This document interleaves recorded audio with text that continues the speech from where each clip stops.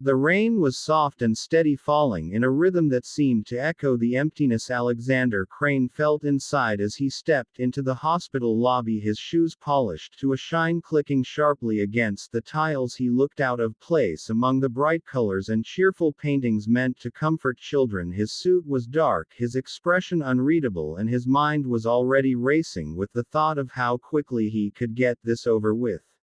He had not come here for compassion or concern. It was supposed to be a short visit arranged by his assistant to soften his image in the media, to show the world that Alexander Crane, CEO of Crane Enterprises, had a heart. He barely listened when she explained that the children in the Hope Ward had no families, that most lived their days in quiet loneliness, and still something had pulled him to say yes. He had every intention of walking in and out, shaking a few hands and leaving behind a generous donation, but as he moved toward the pediatric ward he noticed a little girl sitting alone on a blue bench, hugging a ragged stuffed bunny to her chest. Her shoes were worn, her pigtails uneven, and her eyes wide with a kind of wonder that didn't belong in a hospital. She looked up at him just as he was passing by and spoke so softly he almost didn't hear her. "Are you here to take me home, Daddy?" He stopped in place. The words hit him like a wave, not because they made sense but because they didn't, because no one had ever called him Daddy, because her voice was so full of hope that it made something deep inside him ache. "I'm sorry," he said, unsure why his voice suddenly felt strained. "I think you've mistaken me for someone else."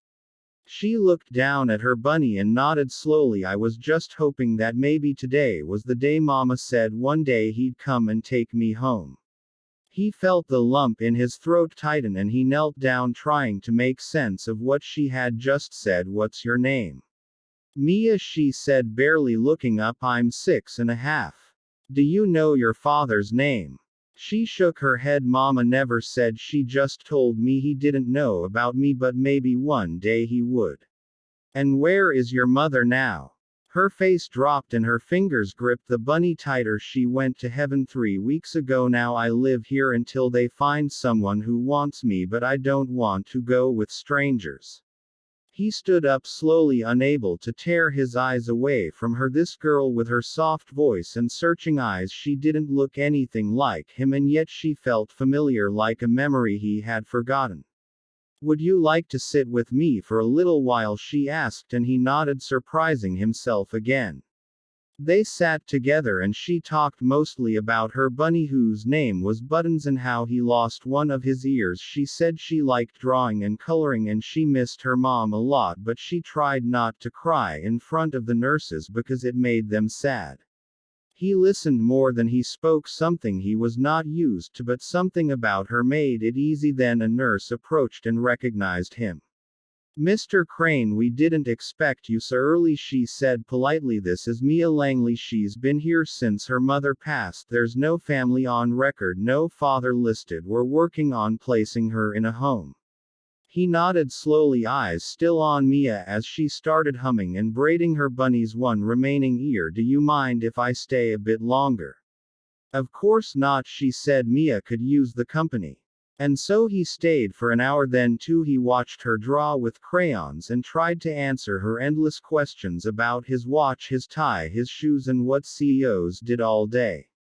"Do CEOs have magic cards that buy everything?" she asked.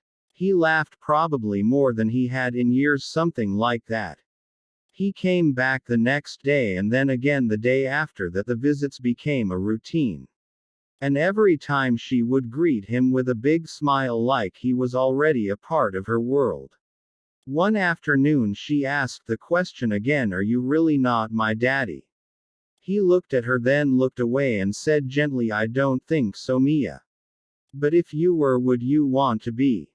Her voice was quiet but her eyes were serious, and in that moment he didn't know what to say, because the truth was yes, he would. He had never imagined himself as a father, never had time for anything outside of work and wealth, and yet this girl had walked into his life and slowly pulled his walls down with crayons and stuffed animals and soft questions. He couldn't sleep that night. He thought about her smile, her stories, her quiet hope, and by morning he called his legal team. He needed answers, he needed to know if it was even possible, and within a week they had started the process, not because she was his by blood but because she was his by heart. The day the social worker sat with Mia and explained that Mr. Crane wanted to take her home, that he wanted to care for her, her hands trembled and her eyes widened. Forever, she asked in a whisper. As long as you want, he said, crouching in front of her. I can't be your mom, Mia, but if you'll let me, I'd like to try to be your family. Can I still bring buttons, she asked.